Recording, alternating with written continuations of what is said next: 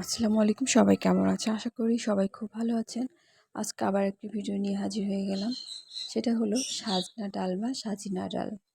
আর এভাবে ডালটা একবার রান্না করে দেখতে পারেন, অসাধারণ লাগে খেতে। অনেক রেসিপি আমি সাজনার করেছি, তবে এই ডালটাই আমার কাছে বেস্ট লেগেছে। তো এখানে আমি একটা প্রথমে কড়াই নিয়েছি। আর সবার বাসায় এর ধরনের একটা কড়াই থাকে। আর এই ধরনের কড়াই কিন্তু রান্না করতে আমার খুব ভালো লাগে। আমি কড়াইতে প্রথমে সরিষার তেল দিয়ে নিয়েছি, আর দিয়ে নিয়েছি হচ্ছে একটা শুকনা মরিচ ভেঙে। শুকনা মরিচটা একটু ভেজে নিব। এরপর থেতলে রাখা হচ্ছে রসুন কুচি আর হচ্ছে পেঁয়াজ কুচি হাফ কাপ পরিমাণ দিয়ে দিলাম।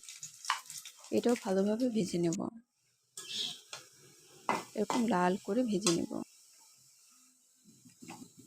আর সাজনা ডালটা তো সবারই অনেক পছন্দ, আর গরমের দিনে সাজনা ডালের উপকারিতা অনেক বেশি। তাই এখানে আমি হচ্ছে 1 কাপ পরিমাণ মসুরের ডাল নিয়েছি। আর ডালটা এখন আমি ভালোভাবে ভেজে নেব।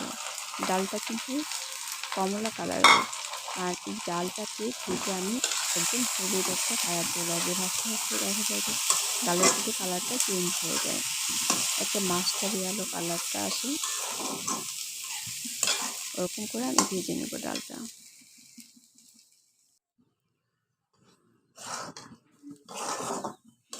আর এখানে সরিষার তেল যেহেতু আমি ব্যবহার করেছি, এই জন্য কিন্তু একটু এরকম করে ফেনার মতো হয়েছে। তা ডালটা আমার ভেজে নেওয়া শেষ। এখন আমি এর মধ্যে হলুদের গুঁড়া, পরিমাণ মতো মরিচের গুঁড়া, জিরার গুঁড়া আর কাঁচামরিচ দিয়ে দিলাম। আর ডালটা কিন্তু একদমই চেঞ্জ হয়ে গেছে, কালারটা একটা মাস্টার ইয়েলো কালার আসছে। বোঝা যাচ্ছে কিনা আমি জানি না। এখন আমি যতটুকু ডাল নিয়েছিলাম তার হচ্ছে ডাবল পানি দিব।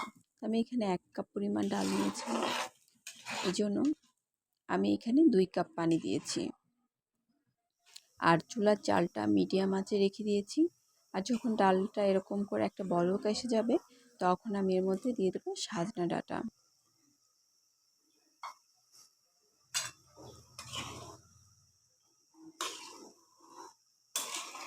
আর এখন সাজনা ডাঁটাটা দিয়ে জালটা আমি কিন্তু কমিয়ে রাখবো, একদম মিডিয়াম লো হিটে রেখে দিব আমি এটা জালটা। আর এই যে সাজনা ডাঁটা রান্না কিন্তু শেষ। আর এই রান্নাটা খুব তাড়াতাড়ি হয়, 10 মিনিটের মধ্যে রান্নাটা হয়ে গেছে। আর ডালটা কিন্তু আমি বেশি ঘনও করিনি, পাতলাও করি নাই। এভাবে কোনো বেশি একটা মশলাও লাগে না। আর এভাবে রান্না করলে কিন্তু সাজনা ডাঁটাটা অনেক বেশি মজা লাগে। আপনারা বাসায় একবার ট্রাই করে দেখতে পারেন।